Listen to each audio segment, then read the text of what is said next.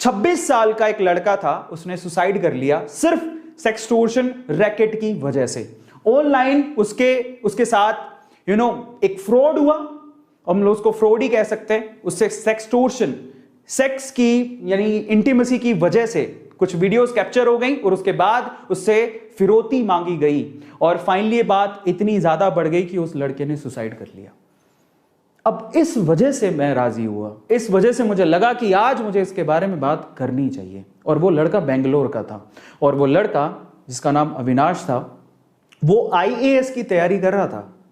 अचानक से क्या होता है, उसे फेसबुक पे एक रिक्वेस्ट आती है नेहा नाम की लड़की की। ठीक है, आप नाम पे मत जाइएगा, बट धीरे धीरे रिक्वेस्ट आती है, बातें होने लगती हैं। उसे नहीं पता था कि जो लड़की की रिक्वेस्ट आ रही है उसके पीछे एक रैकेट काम कर रहा है। धीरे धीरे बातें होने लगती हैं, बातें और बढ़ने लगती हैं, धीरे धीरे और क्लोज आने लगते हैं। एक वक्त ऐसा आता है कि वो लड़की बेंगलोर की नहीं थी, समझ रहे हो?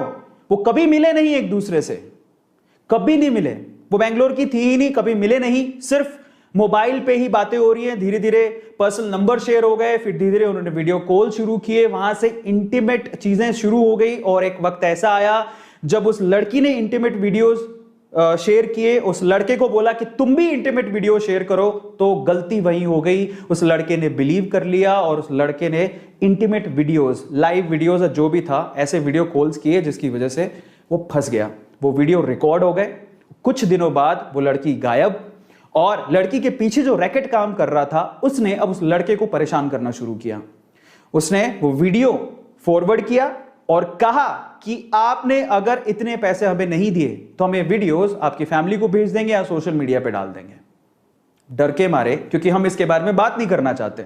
ठीक है, इट्स नॉट लाइक खाना खाया है, इट्स अबाउट इंटीमेसी शेयर की है, जो कि इंडिया में एक टैबू है, इसके बारे में लोग बात नहीं करते जनरली। ठीक है, सो जब ऐसा कुछ हुआ तो उसे ऐसा लगा कि यार अगर ये चीज पब्लिकली चली गई तो मेरी इज्जत का क्या होगा, घर पे मुझे लोग कैसे देखेंगे, मैं आईएएस की तैयारी करने आया हूं।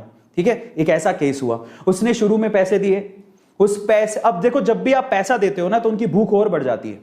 तो जब उसने पैसे दिए शुरू में तो उन्होंने बोला कि उनका पेट भरा नहीं, उन्होंने कहा हमें और चाहिए। ऐसे करके वो पैसे मांगते गए मांगते गए मांगते गए, वक्त ऐसा आया कि उससे संभला ही नहीं। अब उसके पास पैसे इतने कहां से होते।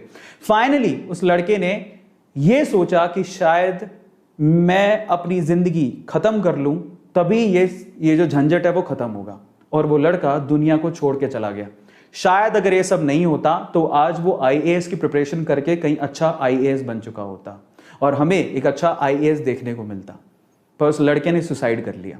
बात यहीं तक खत्म नहीं हुई, बात यहां से शुरू हुई। इतनी बुरी, मतलब मैं कहता हूं कि शायद कभी कभार ऐसा लगता है कि इंसानियत पूरी तरह से खत्म ही हो चुकी है। कि फैमिली जिसने अपना 26 साल का नौजवान लड़का खो दिया, वो लड़की फिर से उसकी बहन को कांटेक्ट करती है, पता कर लेती है कि उसकी बहन को कांटेक्ट करती है और उसको बोलती है कि मैं अविनाश को देखे मुझे बहुत दिन हो गए, मैं अविनाश की, मतलब बताया कि अविनाश की गर्लफ्रेंड मुझे उसे देखे बहुत दिन हो गए, ऐसा करके।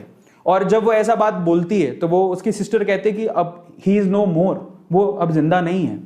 अब देखिए उसके बाद क्या होता है, वही रैकेट वापस से अविनाश की बहन को कॉल करते हैं और उसे कहते हैं कि ऐसा ऐसा है, उसकी वीडियोस हमारे पास है, हमें पैसे चाहिए, नहीं तो वीडियोस हम पब्लिक कर देंगे।